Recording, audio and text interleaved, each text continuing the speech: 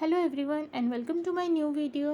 तो आज मैं आप लोगों के लिए लेके आई हूँ 2020 का बीएड एंट्रेंस एग्ज़ाम का क्वेश्चन पेपर, वो भी असम यूनिवर्सिटी का। ठीक है, तो first of all thank you so much आप लोगों को, मुझे आपने इतना प्यार दिया, इतना रेस्पेक्ट दिया।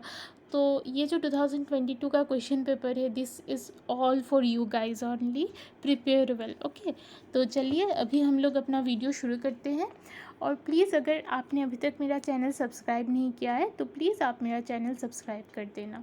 Okay, let's start the video.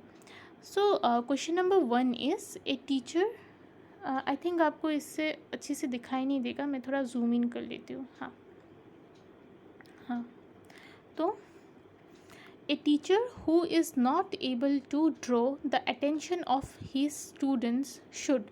तो जो टीचर क्या नहीं कर पा रहे हैं, अपने जो स्टूडेंट है उनका अटेंशन मतलब ड्रॉ नहीं, मतलब अपनी तरफ खींच नहीं पा रहे हैं, वो उन टीचर्स को क्या करना चाहिए? Option A, evaluate his teaching methods and improve it. This is a good option. Option B, resign from the post. No, look, we should never like run away from the problems. We should always face the problems, isn't it? So B is not the correct answer. Option C, find fault in his pupils. No, अगर बच्चे आपको अच्छे से सुन नहीं रहे हैं तो उसमें बच्चों की गलती नहीं है.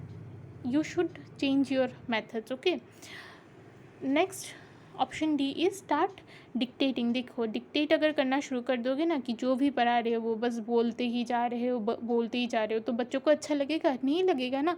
अगर सपोज़ अभी मैं क्या करूँ, मैं सपोज़ अभी सारा जो क्वेश्चन थे वो बस ऐसे बर करके पढ़ती रहूँ और आपको बोल दो so this is the correct answer, so this is the correct answer. ऐसा नहीं होता है भाई टीचिंग। ये तो तुम गूगल असिस्टेंट को बोल दो, वो भी तुम्हें ऐसे बोल बोल के सुना देगी ना। ऐसे टीचिंग नहीं होती है। आपको अच्छे से क्या करना पड़ता है, समझाना पड़ता है। तो यहाँ पे कौन सा आंसर होगा? करेक्ट आंसर है ऑप्शन ए, मतलब evaluate his teaching methods and improve it. हमें क्या करना पड़ता है, हमारा जो टीचिंग मेथड है वो इवैल्यूएट करना पड़ता है कि क्यों बच्चे मेरी बात नहीं सुन रहे हैं।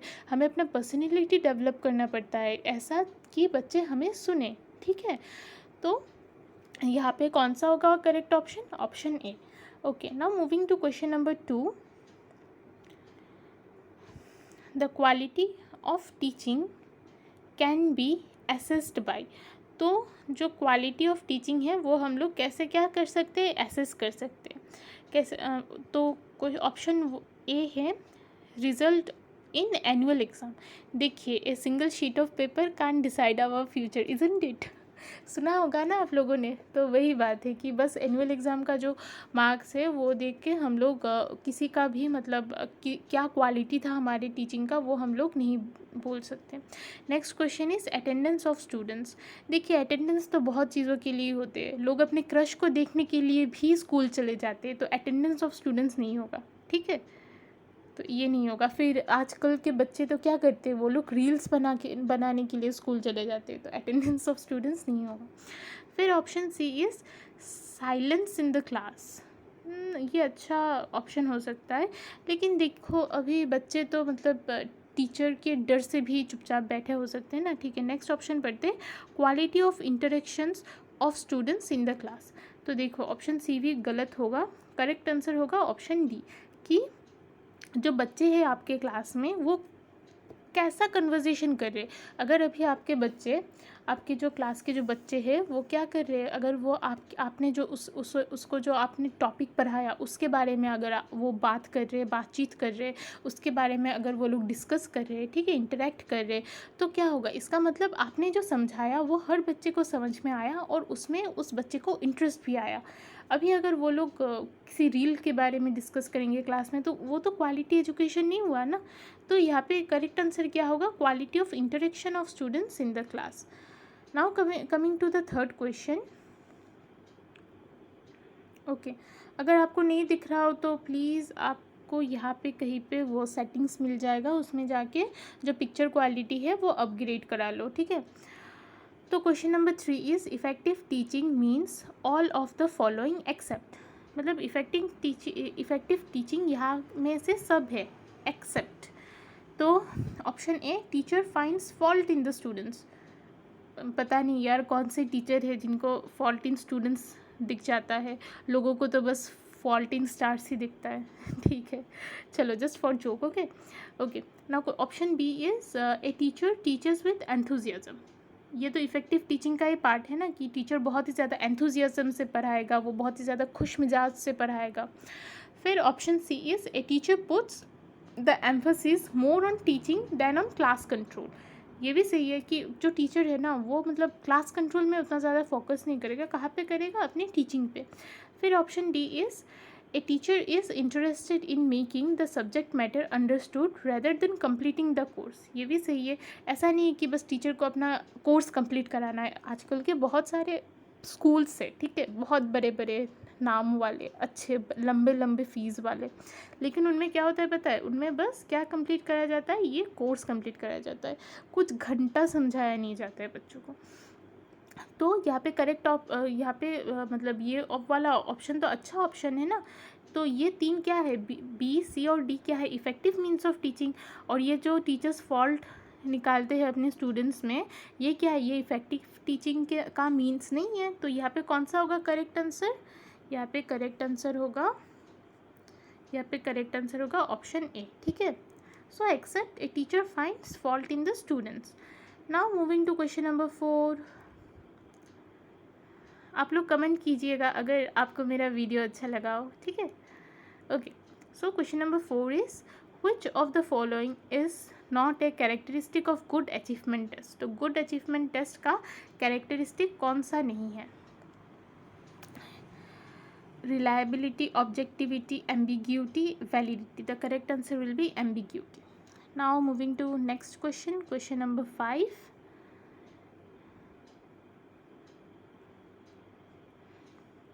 Learning objective means learning experiences, concise outcomes, academic achievements, intended learning outcomes. देखो intended learning outcome होगा, क्योंकि जब भी एक स्टूडेंट है, ठीक है, ये एक स्टूडेंट है, आप इसको क्या करोगे, पढ़ाओगे, एजुकेशन दोगे, ठीक है।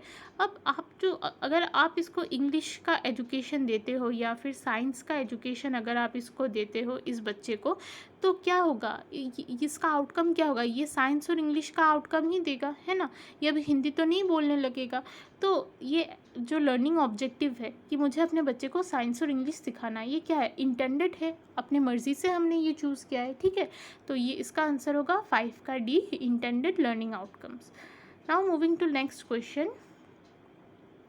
During teaching a teacher statement that encourages student to elaborate on an answer either of their own or that of the others will be called। तो अगर टीचिंग के वक्त कोई भी टीचर का स्टेटमेंट एनकरेज कर रहा है किसको, एक स्टूडेंट को, कि वो अपना आंसर इलाबोरेट करे या फिर वो अपने किसी फ्रेंड का आंसर इलाबोरेट करे या फिर वो अपने टीचर का आंसर ही इलाबोरेट करे, तो उसे क्या कहते हैं, उसे प्रोबिंग कहते हैं, ठीक है। प्रोबिंग एक्चुअली ना साइंस में डीएनए में भी है। प्रोबिंग मतलब किसी चीज़ को इंड्यूस करना होता है, उसको प्रोबिंग कहते हैं। या फिर मतलब लाइक नया डीएनए सीक्वेंस जो है जिसको हम लोग को इंड्यूस करके ऐड करना है, उसे प्रोब कहते हैं। ये सब माइक्रोबायोलॉजी में आता है। ओके, तो जो भी हो इसका करेक्ट आंसर होगा option D. Now moving to the next question.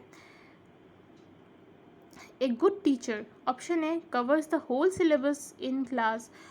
Option B, helps his student to learn in learning.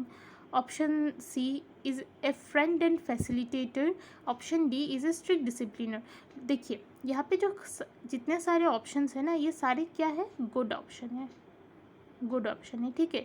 लेकिन इनमें से बेस्ट कौन सा, इनमें से बेस्ट है ऑप्शन बी, इनमें से बेस्ट है ऑप्शन बी, ठीक है। Helps his student in learning. एक जो अच्छा टीचर होता है वो क्या करता है, वो अपने जो स्टूडेंट्स हैं, वो अपने क्लास के जो बच्चे हैं उनको क्या करते हैं, पढ़ाई में हेल्प करते हैं। अभी नेक्स्ट क्वेश्चन कि the role of a teacher in a technology intensive classroom will be. देखिए यहाँ पे नॉर्मल क्लासरूम नहीं कहा गया है, यहाँ पे क्या कहा गया है, यहाँ पे टेक्नोलॉजी इंटेंसिव कहा गया है। मतलब जहाँ पे हम लोगों को किसका यूज़ करना पड़े, टेक्नोलॉजी का, कंप्यूटर बेस्ड क्लासरूम, ठीक है। तो option A to provide information, हाँ हमें इन्फॉर्मेशन तो देना चाहिए। टू गाइड स्टूडेंट्स, ये भी सही है। टू डेवलप न्यू नोटबुक्स, नहीं टीचर तो देखो न्यू नोटबुक्स नहीं डेवलप करते, वो किसी और का ही काम है, तो ये ऑप्शन तो गया। तो ऑप्शन डी है to use the internet in teaching, यहाँ पे करेक्ट आंसर होगा to use the internet in teaching. देखो बाकी जो ये दो ऑप्शन है ना, ये क्या, ये अच्छे ऑप्शन है, बट ये किसके लिए ठीक है, नॉर्मल क्लास के लिए। यहाँ पे क्योंकि यहाँ पे क्वेश्चन में दिया गया है कि क्या, कि ये टेक्नोलॉजी इंटेंसिव क्लासरूम है, तो हमें क्या करना पड़ता है, हमें इंटरनेट इन टीचिंग, इंटरनेट का उपयोग करना पड़ता है। जस्ट सोचो कि आपका जो कंप्यूटर क्लास है जहाँ पे आप लोगों को इंटरनेट सिखाना है, वहाँ पे बस टीचर क्या कर रहे हैं, आपको बोल रहे कि हाँ इंटरनेट बोल के एक चीज़ होता है, तो आप लोग सीखोगे नहीं, सीखोगे ना, वो उनको क्या करना पड़ेगा, उनको आपको यूज़ करके दिखाना पड़ेगा, वही बात है। तो ऑप्शन डी करेक्ट आंसर होगा, ठीक है। तो चलो अभी next question. The most appropriate meaning of pedology is, इसका आंसर होगा ये टीचिंग ऑफ साइंस, ठीक है। ये पहला ऑप्शन ही करेक्ट था, तो टीचिंग ऑफ साइंस ही होगा, हाँ। तो अभी question number 10, most of the brain develops prior to the age of 6, prior to the age of 1 year, life long, after age of 16। देखो एक आपने एडवर्टाइजमेंट देखा होगा, हाँ, कि वो DHA something, DHA helps in brain development, पता ही नहीं वो पीडियाश्योर का एडवर्टाइजमेंट था या हॉर्लिक्स का, किसी एक चीज़ का तो था। तो उसमें बोलते हैं हाँ कि क्या, कि जो बच्चा है उसका ब्रेन का डेवलपमेंट 1 to 5 ईयर्स में हो जाता है। तो देखो उस एडवर्टाइजमेंट से भी आप ये क्वेश्चन पेपर सॉल्व कर सकते हो। तो यहाँ पे क्या होगा correct answer, prior to the age of 6 years. तो अभी मैं ये वाला अपना वीडियो यहीं पे ख़त्म कर रही हूँ। अगर आपको मतलब, मेरा मन है कि मैं ये जो क्वेश्चन पेपर है इसका सारा जो पार्ट्स है, मतलब इसका जनरल नॉलेज और जनरल इंग्लिश का जो पार्ट है वो भी मैं सॉल्व करूँ, ठीक है। तो अगर आप चाहते कि मैं वो भी सॉल्व करूँ तो do comment below, like and subscribe. Bye bye, take care and good luck and thank you for love.